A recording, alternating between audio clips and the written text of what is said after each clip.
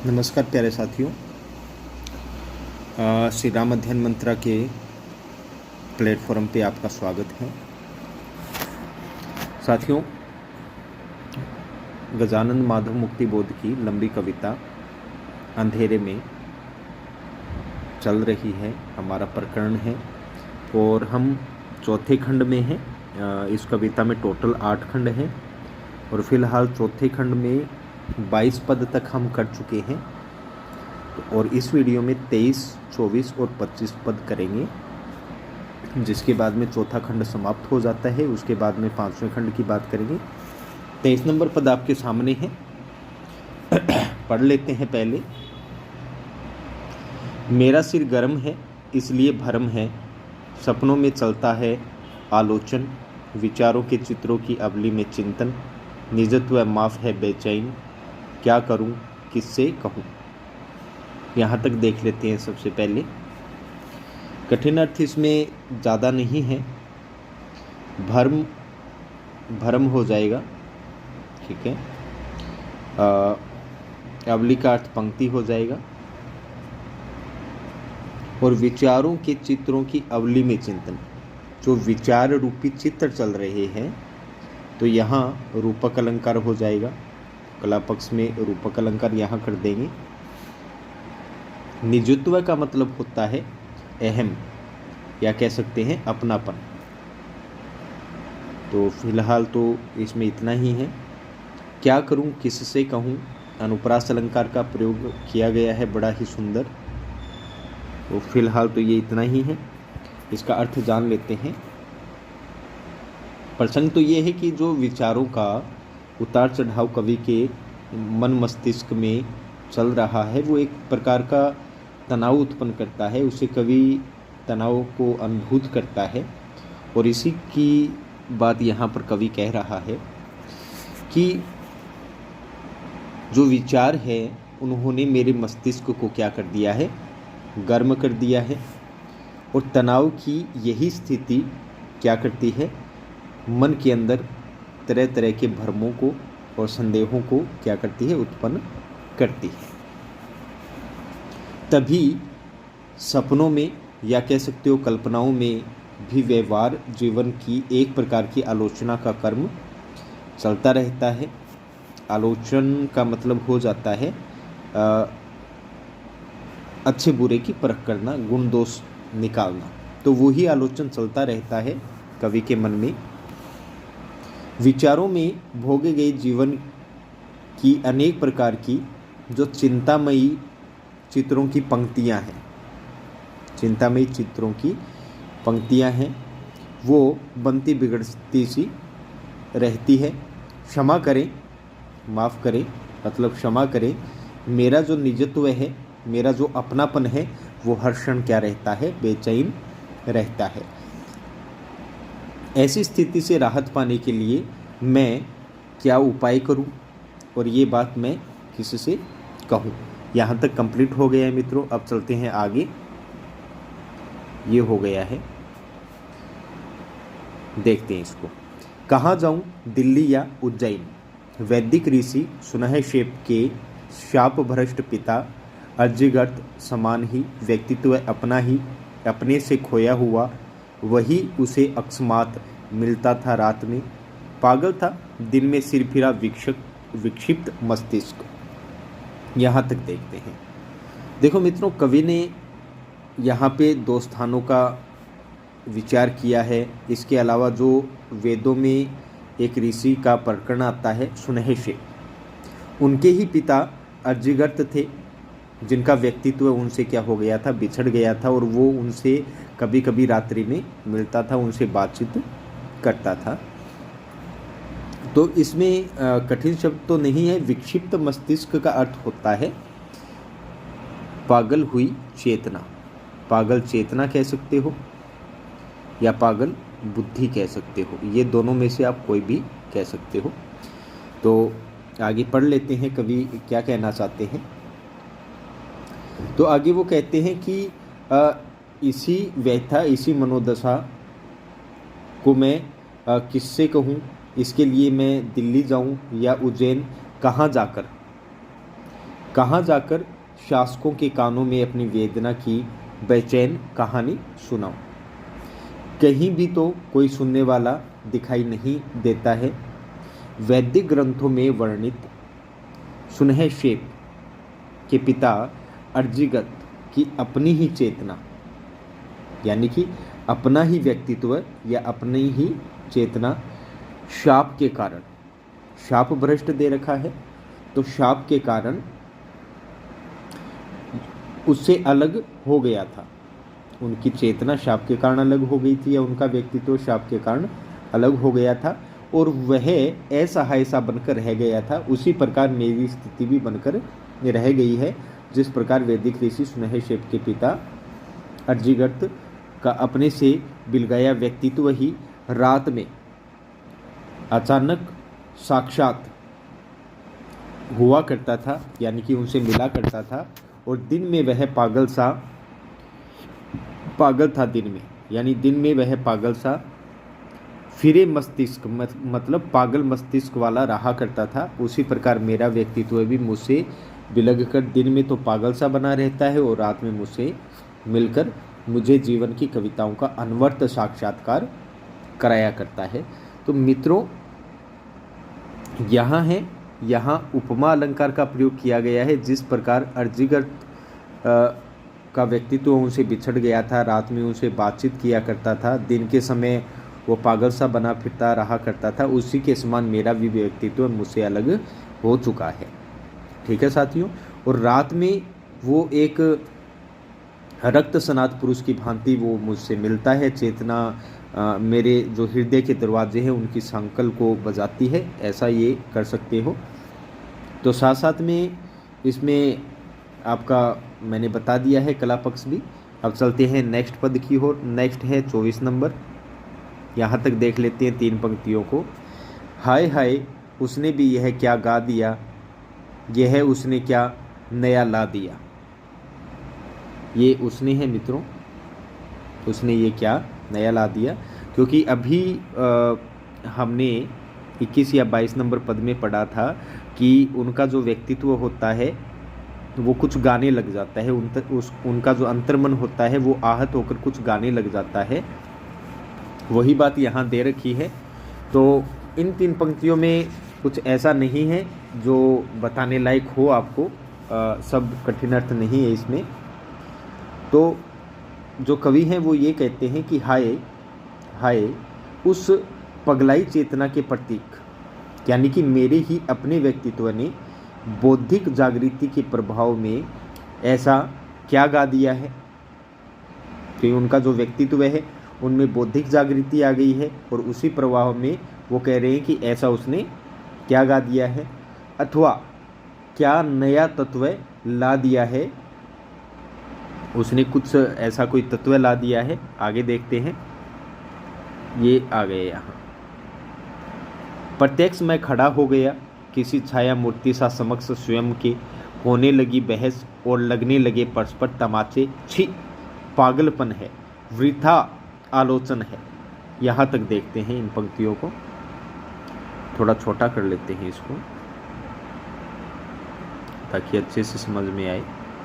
यहाँ और देखते हैं। गलियों में अंधकार भयावह, मानो मेरे कारण ही लग गया मोर्शल लो वह। यहाँ तक देख लेते हैं साथियों। ये इतनी ये पंक्तियाँ हैं, यहाँ तक देख लेते हैं। तो कवि कह रहा है कि उसने ऐसा क्या तत्व ला दिया कि मैं अपनी ही छाया मूर्ति के सामने स्वयं प्रत्यक्ष खड़ा हो गया।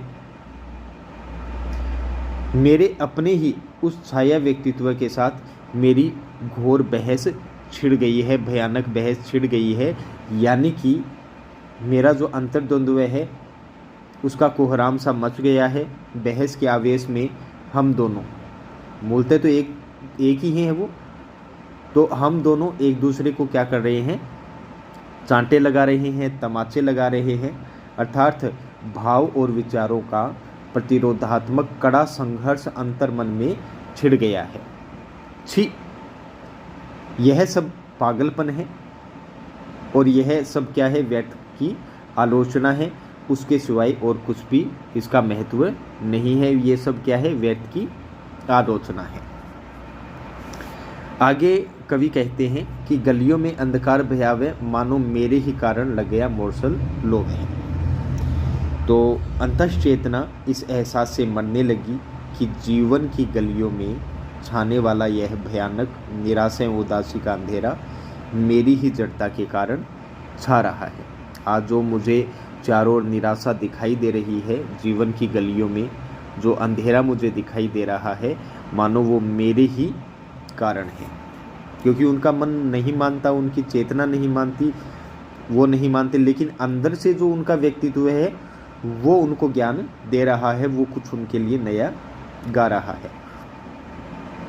जीवन में चारों तरफ जो मोरसल लॉ का मतलब होता है सैनिक कानून, सैनिक शासन भी कह सकते हैं, या सैनिक कानून या फौजी कानून भी कह सकते हैं। तो जैसी दमनात्मक स्थिति बन गई है, एहसास होता है कि मानो मैं ही इसका क्या हूँ? कारण भूत हूँ, मानो मेरी निष्क्रिय संज्ञा ने ही संकट बुलाया है। आगे देखते हैं।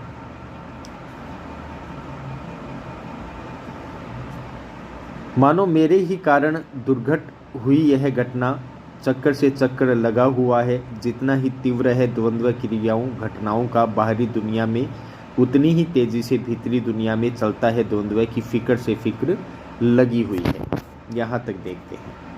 ये ऊपर वाली पंक्ति है, मानो मेरी निष्क्रिय संज्ञा ने संकट बुलाया है।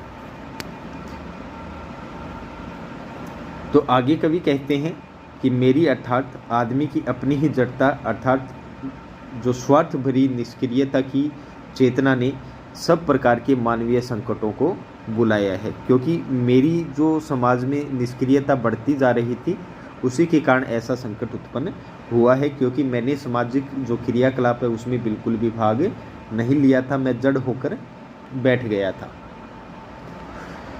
मानो मेरे कारण ही दुर्घट हुई यह घटना। जीवन में जो भी कुछ अघटित दुर्घटनाएं घट रही है, उन सब का मूल कारणभूत भी मानो मैं ही हूँ।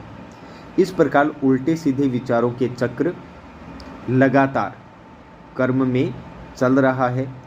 हमारे बाह्य जीवन में घटनाओं का चक्र जितना ही तीव्र द्वंद्व क्रियाओं घटनाओं का बाहरी दुनिया में, यानी कि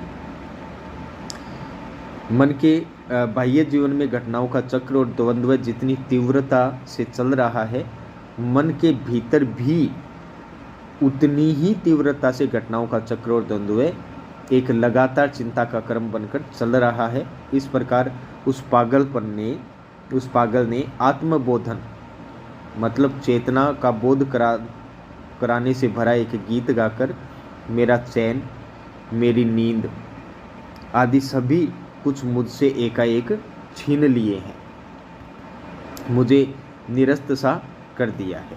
यहाँ तक मित्रों। अब कला पक्ष की बात करें तो देखिए, यहाँ उपमा अलंकार है किसी छाया मूर्ति सा, यानी कि छाया की मूर्ति के समान, अर्थात मेरा ही जो व्यक्तित्व है। उसके अलावा यहाँ मानो मेरे ही कारण, मानो आ गया तो उत्प्रेक्षा अलंकार हो जाएगा, यहाँ पर यहाँ उपमा अलंकार हो जाएगा। ठीक है। इसके अलावा मानो मेरे में अनुप्रास अलंकार हो जाएगा। फिर यहाँ देखिए मानो मेरी निष्क्रिय, फिर मानो आया है, यहाँ उत्प्रेक्षा अलंकार हो जाएगा। फिर मानो मेरे कारण, यहाँ भी उत्प्रेक्षा अलंकार हो जाएगा। तो उत्प्रेक्षा अलंकार का भी यहाँ खूब प्रयोग किया गया है। तो ये यहाँ कला पक्ष इसका समाप्त हो जाता है। चलते हैं नेक्स्ट पद की ओर मित्रों।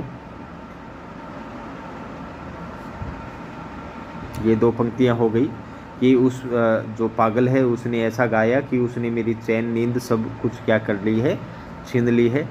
अब चलते हैं पद संख्या 25 की ओर। पहले देख लेते हैं, पढ़ लेते हैं। मैं इस बरगद के पास खड़ा हूँ, मेरा यह चेहरा घुलता है जाने किस अथाह गंभीर सांवले जल से। झुके हुए गुमसुम टूटे हुए घरों के तिमिर अतल से घुलता है मन यह, रात्रि के श्यामल ओस से क्षालित, मतलब धुला हुआ। कोई गुरु गंभीर महान अस्तित्व महकता है लगातार, मानो खंडहर प्रसारों में उद्यान। यहाँ तक देख लेते हैं। कठिन शब्दार्थ की बात करें तो ये जो बरगद है वो प्रतीक रूप में पहले भी बताया था कि मार्क्सवाद में जो बरगद है वो जीवन का प्रतीक होता है। इसी के अंदर जो जिनका शोषण कर लिया गया है ऐसा वर्ग यहीं रहता है, जिनको समाज से किनारा कर दिया गया है वो लोग यहीं रहते हैं। ठीक है मित्रों। और इसके अलावा इसमें अथाह का मतलब होता है गहरा, और सांवले का मतलब होता है गहराई के कारण नीला हो जाना। तिमिर का अर्थ होता है अंधकार, अतल का मतलब होता है तलहीन अर्थात गहरा। इसके अलावा श्यामल का मतलब फिर वही सांवला हो जाएगा, शालित का मतलब धुला हुआ हो जाएगा। खंडहर प्रसारों, प्रसार का मतलब हो जाएगा फैलाव, उद्यान का मतलब बगीचा हो जाएगा। बाकी इसमें ऐसा कुछ नहीं है मित्रों। तो इसकी व्याख्या देख लेते हैं। तो कवि कहते हैं कि मैं इस बरगद, जो कवि की अपनी चेतना में जीवन की व्यापकता का प्रतीक है, के पास खड़ा सोच रहा हूँ। मेरा यह चेहरा लगता है जैसे किसी चिंता के गंभीर अथाह है, यानी कि गहरे काले जल में, काले पड़ गए जल के आवर्तों में घुलता ही जा रहा है। मेरा मन झुककर, देखो झुके हुए गुमसुम टूटे हुए घरों में, यहाँ से देखते हैं, मेरा मन झुककर टूट फूट रहे घरों पर छाए तिमिर अतल, यानी कि गहरे अंधेरे की कालिमा की अथाहता में घुलता ही चला जा रहा है। घुलता है मन यह है, घुलता ही चला जा रहा है, अर्थात जीवन की विषमतापूर्ण गहराइयाँ मेरी चेतना, मेरे तन मन सभी को जैसे लीलती ही जा रही है, उसे खाती ही चली जा रही है। फिर भी इस अंतःक्षरण के क्षणों में भी मेरी चेतना के स्तर पर रात के इस ओस में धोए वातावरण में मानवता के गुरु गंभीर महान अस्तित्व का महकता हुआ इस खंडहर पराये हो रही मानवता के संदर्भों में भी लगातार फैलता हुआ सा एहसास हो रहा है। ये मानो खंडहर प्रसार है, उस खंडहर प्रसारों में, उद्यानों में महकता हुआ सा प्रतीत हो रहा है। अब चलते हैं मित्रों नेक्स्ट। ये यहाँ तक ही है, ये देख लेते हैं। गुलाब चमेली के रात्रि तिमिर में महकते ही रहते हो हर पल, किंतु वे उद्यान कहाँ हैं, अंधेरे में पता नहीं चलता, मात्र सुगंध है सब ओर। यहाँ तक देखते हैं। ये आप देख रहे हो आगे, मैं आपको बताता रहूँगा, इसका जो कला पक्ष है वो भी साथ में बताता रहूँगा। अब आगे देखते हैं। लगता है जैसे भावना के गुलाब और चमेली के फूल रात्रि के इस गहन, तिमिर का मतलब गहन हो जाएगा, अंधकार हो जाएगा, रात्रि का गहन अंधकार हो जाएगा, तो गहन अंधेरे में भी इन एहसासों में, उस उपवन में निरंतर महकते ही रहते हैं, हर क्षण महकते ही रहते हैं। पर वे महकते एहसासों के उद्यान है कहाँ? वो उद्यान दिखाई तो नहीं दे रहे हैं। वैषम्यता के कारण इस अंधियारे जीवन में उनका कुछ भी तो स्पष्ट पता नहीं चल पाता है। अंधेरे के कारण कुछ भी स्पष्ट नहीं है, मात्र सबकी सुगंध चारों ओर फैली हुई है।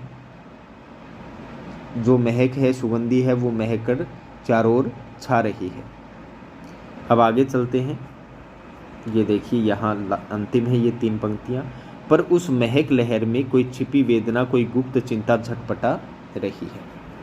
तो आगे कवि कह रहे हैं कि किंतु महक की उस लहर के अंतराल से समाई कोई अज्ञात वेदना, कोई छिपी हुई वेदना है, कोई गुप्त चिंता है, वो लगातार क्या करती रहती है, झटपटाती रहती है। भाव यह है कि भावना के नंदन है वो खिलते नहीं है। कल्पना का जीवन केवल कल्पना में एहसासता है, वर्तमान वैषम्यपूर्ण अध्यारे जीवन में वह साकार नहीं हो पाता है। अब इसका जो कला पक्ष है वो देख लेते हैं मित्रों। गुरु गंभीर में अनुप्रास अलंकार आया है, यहाँ हो जाएगा। फिर आगे घुलता है मन यह गंभीर सांवले जल में, ये यहाँ रहेगा, ये यहाँ।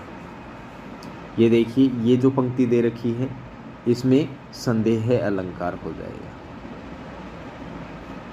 इसमें संदेह है कि क्या हो रहा है। अब आगे की ओर चलते हैं। घरों के तिमिर, यहाँ हो जाएगा रूपक अलंकार। मानो खंडहर प्रसारों के उद्यान, यहाँ उत्प्रेक्षा अलंकार हो जाएगा साथियों। तो ये आपका खंड संख्या जो 4 है वो भी क्या हो गया है, पूरा हो गया है, खंड 4। अब आगे के वीडियो में हम खंड 4, 5 की बात करेंगे। तो ये हो चुका है। मिलते हैं मित्रों नेक्स्ट वीडियो में, नेक्स्ट पदों के साथ, नेक्स्ट खंड के साथ। कुछ समझ में नहीं आई तो मित्रों आप कमेंट बॉक्स में कमेंट कर सकते हैं। तब तक के लिए आज्ञा दीजिए। जय हिंद, जय भारत साथियों।